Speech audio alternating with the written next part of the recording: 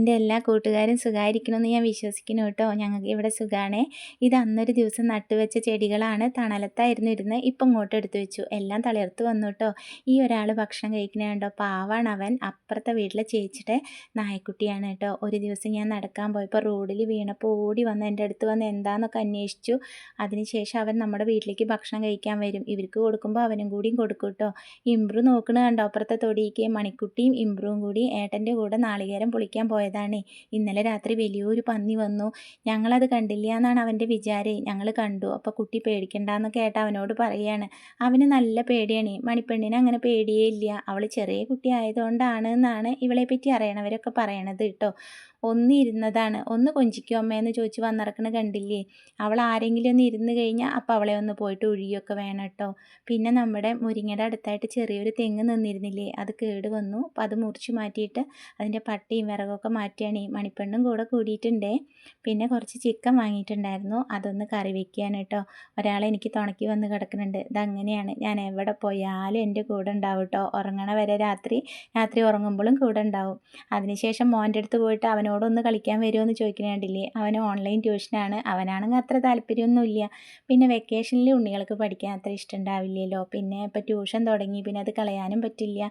പിന്നെ ആ ചെടികളൊക്കെ ഒന്ന് അന്വേഷിക്കാൻ പോയിരിക്കുകയാണ് പുതിയതായി വെച്ചത് കണ്ടിട്ട് അവളെ.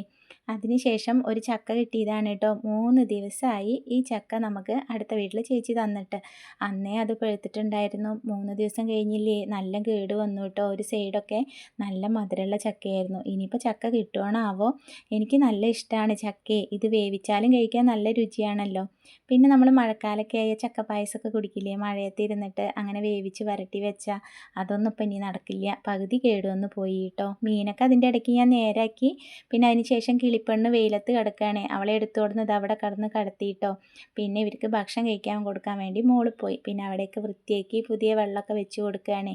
പിന്നെ പെണ്ണുണ്ണീനെ ഒന്ന് കൊഞ്ചിക്കുകയാണ്. എപ്പോഴും പെണ്ണുണ്ണി കൊഞ്ചിക്കാനൊന്നും സമ്മതിക്കില്ല കേട്ടോ. അപ്പോൾ മണിപ്പെണ്ണ് അവളെ തൊടണ്ട, അവളെൻ്റെ ചേച്ചിയാണ്. പിന്നെ കുറച്ച് അസൂയുണ്ട് അവൾക്ക്. അതിനുശേഷം കണ്ട റോട്ടിക്ക് നോക്കി നിൽക്കണ, റോട്ടിൽ കൂടെ ആരും പോകാൻ മടിയില്ല അവരെ ചീത്ത പറയാൻ വേണ്ടിയിട്ടേ. മീൻ പിന്നെ ഒന്നിച്ച് അങ്ങോട്ട് ദോശക്കല്ലിലിട്ട് വറുത്തുവിട്ടോ. എളുപ്പപ്പണിക്ക് ഇനി കല്ല് കേട് വരുമോ എന്തോ. ഇത് നമുക്ക് മുരിങ്ങക്കായ അടുത്ത വീട്ടിലെ ചേച്ചിയും തന്നു. ഏട്ടൻ ട്രിപ്പ് പോണ വീട്ടിൽ നിന്നും കിട്ടിയിട്ടോ. ഫ്രിഡ്ജിൽ വെച്ചു മുറിച്ചിട്ട്. അതിന് ശേഷം കുറച്ച് മാങ്ങ കിട്ടിയിട്ടുണ്ടായിരുന്നു. അതും കളയണ്ടെന്ന് വിചാരിച്ച് അതും കൊണ്ട് ഒരു കറി ഉണ്ടാക്കിയിട്ടോ. നല്ല മധുരമുള്ള മാങ്ങയായിരുന്നു. 2-3 കറികളായി. 2-3 ദിവസത്തേക്ക് പണിയൊന്നും എടുക്കണ്ടല്ലോ എന്ന് വിചാരിച്ചിട്ടാണ്. ആറിയ ശേഷം ഒക്കെ ഡപ്പയിലാക്കി ഫ്രിഡ്ജിൽ വെച്ചിട്ടുണ്ട് കേട്ടോ. ഇവിടെ മത്തിയും കൊണ്ടുള്ള കറി എല്ലാവർക്കും ഇഷ്ടമാണ്. അപ്പോൾ കുറച്ച് മത്തിക്കറിയും കൂടി വെച്ചു. അതിനുശേഷം ഇവിടുത്തെ മക്കൾക്കൊക്കെ നേരത്തെ ഇന്ന് ഭക്ഷണം കൊടുത്തിട്ട് ദൃശ്യം സിനിമ കാണാൻ വേണ്ടിയിട്ട് പോവുകയാണ് കേട്ടോ ഞങ്ങൾ. എന്തെങ്കിലും നല്ല സിനിമ വന്നാലൊക്കെ ഞങ്ങളിങ്ങനെ പോവും. അപ്പോൾ ചായ വെക്കാനൊന്നും സമയം കിട്ടിയില്ല. കുറേ പണിയുണ്ടായിരുന്നല്ലോ ഇന്ന്.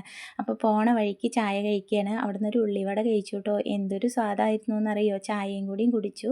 ഇത് നമ്മുടെ ചെനക്കത്തൂർ കാവാണ് കേട്ടോ. ഇവിടെ എന്തോ ഒരു യാഗം നടന്നു ഈ ഇടയ്ക്ക് എന്ന് ഏട്ടൻ പറയുന്നുണ്ടായിരുന്നു. അതിൻ്റെ കറക്റ്റ് പേര് എനിക്ക് അറിയില്ല കേട്ടോ. അതിൻ്റെ പന്തൽ കണ്ടോ അഴിച്ചു മാറ്റാൻ തുടങ്ങിയിരിക്കുന്നു. പിന്നെ നമ്മളിവിടെ തിയേറ്ററിൽ എത്തിയിട്ടോ. ഇപ്പോൾ കുറച്ചായിട്ട് അതിൻ്റെ ഉള്ളിലൊരു സൂപ്പർ മാർക്കറ്റ് ഉണ്ട് സാധനങ്ങളൊക്കെ ഉള്ളത്. ഏട്ടൻ എന്തെങ്കിലും വേണമെങ്കിൽ വാങ്ങിക്കോളാനൊക്കെ പറയും. പക്ഷേ ഞാൻ അങ്ങനെ ബുദ്ധിമുട്ടിക്കില്ല കേട്ടോ. അപ്പോൾ കുറച്ചായിട്ട് ജോലിക്ക് പോകണില്ലല്ലോ. അത്യാവശ്യം സാധനങ്ങളെ വാങ്ങുള്ളൂ. വെറുതെ അതിൻ്റെ ഉള്ളിലൊക്കെ ഒന്ന് കയറി ഇറങ്ങി.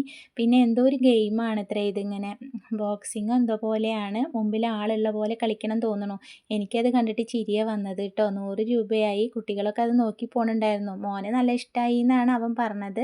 കുറച്ച് ഒരു 5-10 മിനിറ്റ് നേരെ ഉണ്ടായിരുന്നുള്ളൂ കേട്ടോ. അത് കഴിഞ്ഞൊരു ഫോട്ടോ ഒക്കെ എടുത്തതാണ്. നല്ല സിനിമയായിരുന്നു. കുറേ തിരക്കൊക്കെ ഉണ്ടായിരുന്നു കേട്ടോ.